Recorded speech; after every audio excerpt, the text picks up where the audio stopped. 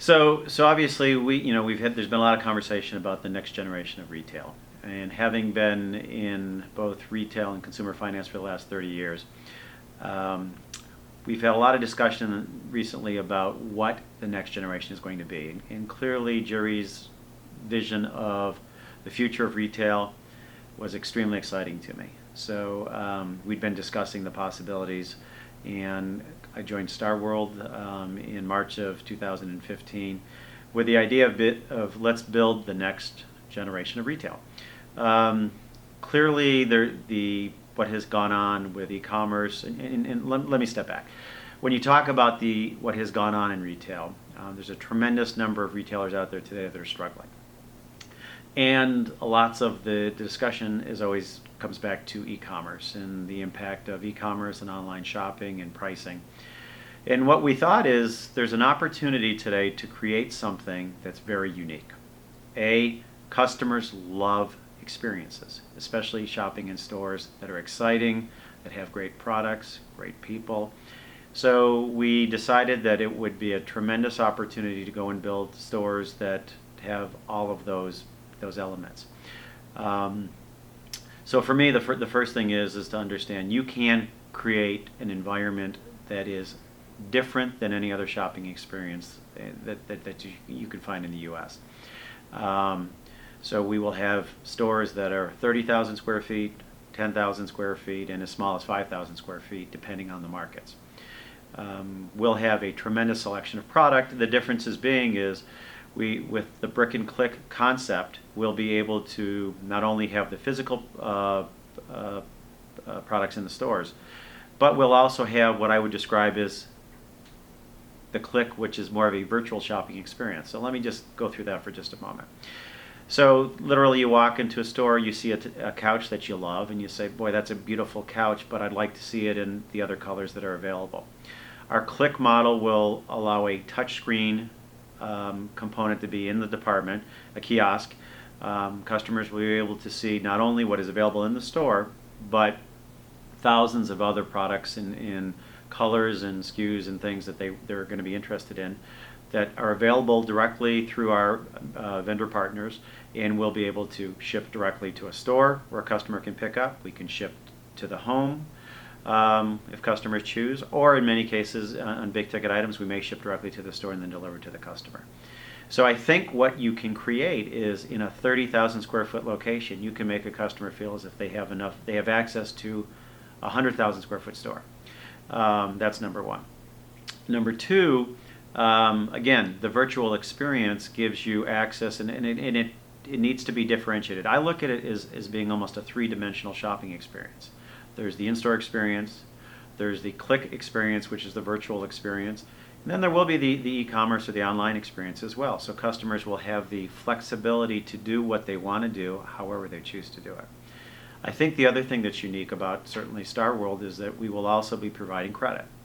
Having spent 8 years as the president of retail of Curaçao, clearly there is a very large portion of the Hispanic market that still needs to be served, and it is quite frankly is underserved.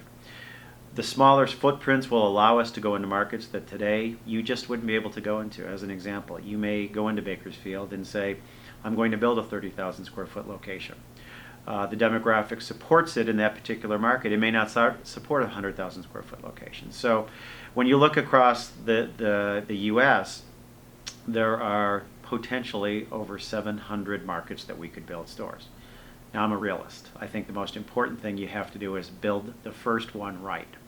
So clearly we will be focused on the Los Angeles market, Los Angeles and Orange County, and we will be designing and rolling out the first stores hopefully by the end of this year with all of the elements that we talked about.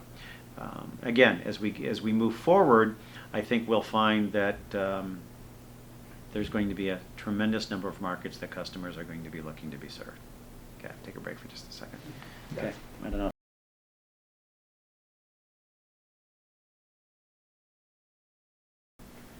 Well, the new generation, again, when you look what's going on out there, customers want options, and everyone continues to talk about, well, e-commerce, that it puts pressure on price, and that but it also, what it does is it eliminates the customer experience.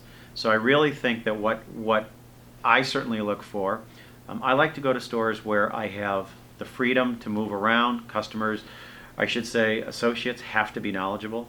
You want to be able to ask questions. You want to be able to touch things. There's certain products for your home you're not going to buy just online. You want a touch, feel, demonstration. I mean, one of the most important things, and we talk about it in terms of consumer electronics, there are so many SKUs and so many options to choose from.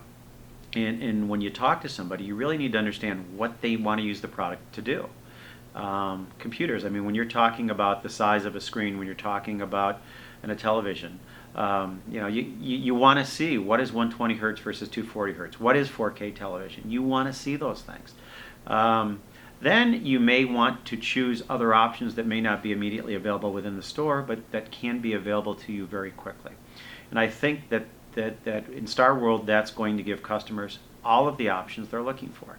The other piece being is certainly financing. I think that there's when you're buying a home, when you're buying furniture, you're buying something for your home, you can fall in love. I mean, I've watched the experience of somebody looking at a couch without looking at a price, and sometimes they anything less than that is disappointment to them.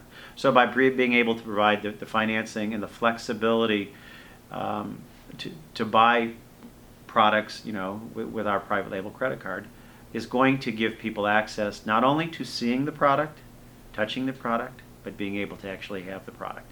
And I think that, again, if you give customers options and you give them great products, I'll continue to say great products, knowledgeable associates, the flexibility to buy however they choose to buy, and create an environment and an atmosphere that is unique, people will fall in love with it. Every time I look at the drawings and look at where, as we continue to make adjustments, I can't wait to open the first store. I literally want to see what the first store looks like. How do you translate what looks beautiful on a piece of paper and on a drawing to real life? And I think that the response from the industry, first of all, many of our vendor partners have reached out and have expressed not only interest in wanting to partner with us, they're genuinely excited. I had a great interview the other day where with a national magazine, and the first comment from the senior editor was, "It is so nice to talk to somebody who's building stores, not closing stores." So I think that there's, the world right now, it's certainly the retail world, not to be too global, but specifically the retail world in the U.S., is looking for someone new to do something unique, that is exciting, that is fun, and gets people excited about being in stores again. And I think we have that opportunity. Okay, so I think what's really important is differentiating click from e-commerce. And so I like to talk about our business model more in almost a three-dimensional perspective. First of all, there's the store experience, number one. So you have the opportunity to come in store, see products, touch products, demonstrate. Our associates will demonstrate products. You'll be able to feel the furniture. You'll be able to open and get into the appliances, get a sense of what the products are all about. But the second piece, which is the click component, is really the virtual experience. So again, let's say that you go on and you see a particular, it could be a couch, it could be any number of products, and say to yourself is, what other variations on that particular product are available?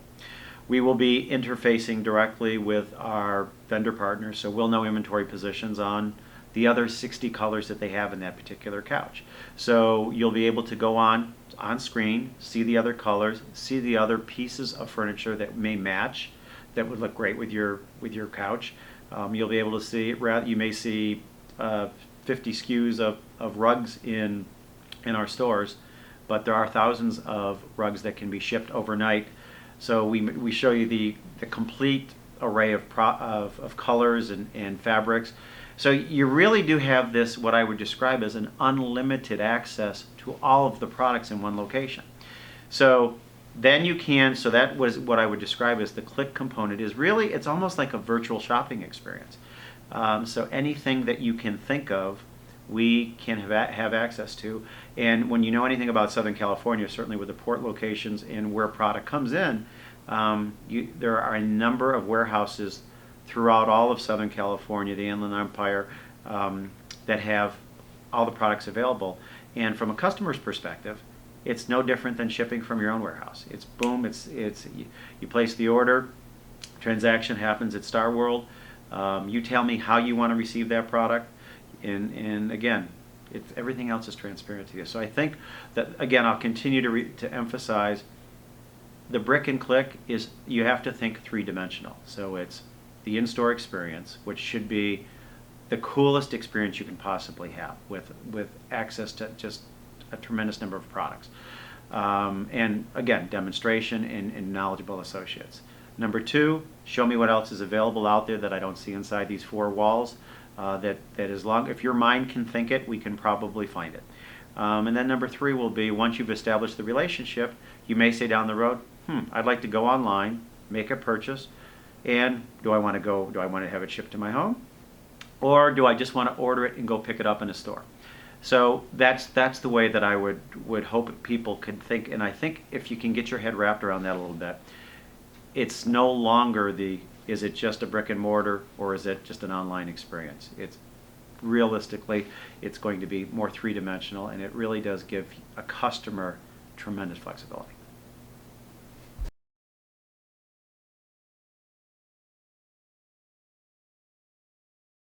Well, I actually started on the consumer finance side. So initially with Citicorp and with Bank of America before I joined May Company in 1991, where I became Vice President of Credit and Collections. And halfway through my career, I was asked to move over to the stores, and went from the credit guy one day on a Friday to Monday, running 76 stores, doing $3 billion in sales. But I think what ended, and after Macy's purchased May Department Stores, I moved on to Curaçao in 2006. So I have spent the last 8 years as the president of the retail group. Absolutely amazing company, absolutely amazing associates. And it certainly made me fall in love with both the customer in terms of the Hispanic market, but really with the employees. Because it's such a unique environment and it's a different type of relationship. And I think it's something that, if respected, and the thing that I really loved was it wasn't about language, it's about respect for culture and respect for people. And so obviously Jerry, having been the founder of Curaçao, he lives and breathes that belief. So as we were talking, and you realize one day you wake up and you've got 30 years of experience, and knock on wood, your health and a mind that is open. All of a sudden, all of the fear falls away, and you see opportunities. And when the Star World opportunity was presented, I thought to myself, it's time. It's time to go and take the leadership role and build something with partnership. Obviously, we've got a number of partners here that in folks that are passionate about doing this. So I think it's a very unique opportunity that doesn't present itself very often. And when something aligns like this has aligned in terms of where I was in my career, and where Star World was in terms of its development, and Jerry's passion to build a company, and Stefan Klein, who joined us as the CFO, that the financial experience that he brings is a tremendous asset that will provide us the ability to do things that I don't think can happen for a lot of companies. So we're excited, and I think we all recognize it's a tremendous amount of work to do, but that doesn't scare any of us. I think that we're so committed that we had an experience yesterday, and we looked at each other and said, okay, that's like getting kicked in the stomach, and gave us every reason to say, oh, we can't pick there was a particular location we were interested in, and it wasn't going to happen until next year. Well, you pick yourself up and you say, okay, how do we approach it, because we're going to open stores, and it should make us stronger, and we have to be more strategic. But in no way, shape, or form will it suppress our enthusiasm or our excitement or our commitment to building this company. We're in it for the long haul. We're excited about the short term, and certainly all of the enthusiasm for the possibility of the number of stores. Again, as I've said earlier, I don't like to talk about the 700 stores. I like to talk about the first 3 to 5 that we'll build, and perfect those so that then those will be scalable, and then yes, obviously the potential is unlimited. But I think it always gets down to, are you willing to do the work? Do you have a business plan and a strategy? And stay disciplined and execute. And if you do those things, amazing things can happen.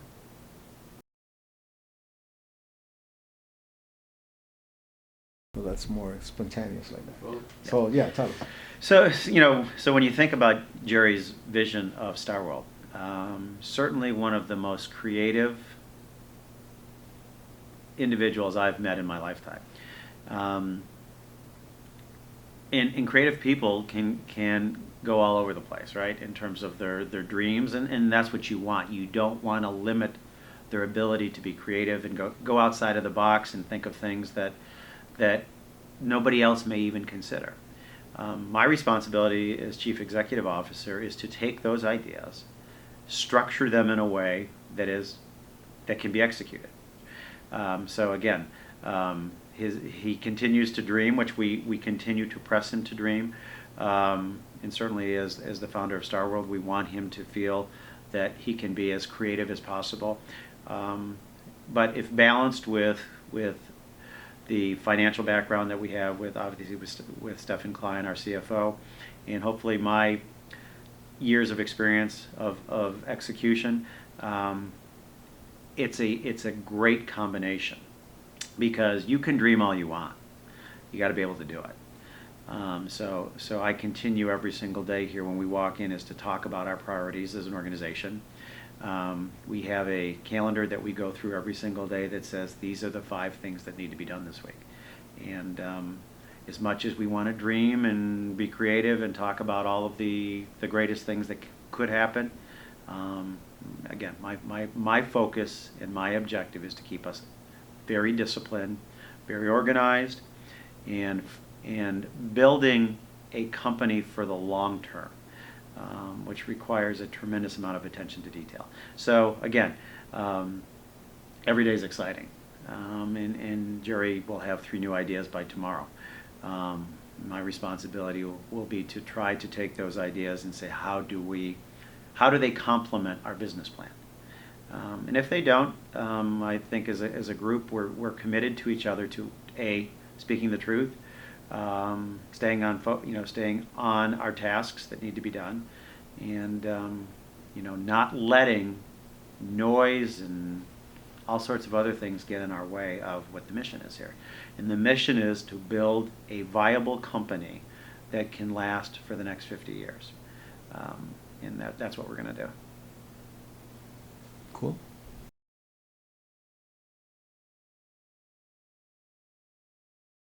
So we clearly have a business plan. And first, it requires to find locations. We will be extremely disciplined to select the right locations, number one. As much as we will want things to happen in a matter of weeks, sometimes to make things right and to do things correctly takes time. It requires that you stay very focused in on the objectives. So as an example, when we're looking at a location, clearly we are going to be in Hispanic markets. Clearly we know the size of the locations that we're looking for. In all of the things and the demographics and all of the work that we've done, we know where we need to go. Sometimes those locations take longer to finalize, but we will stick to our plan, because location's critical, parking's critical.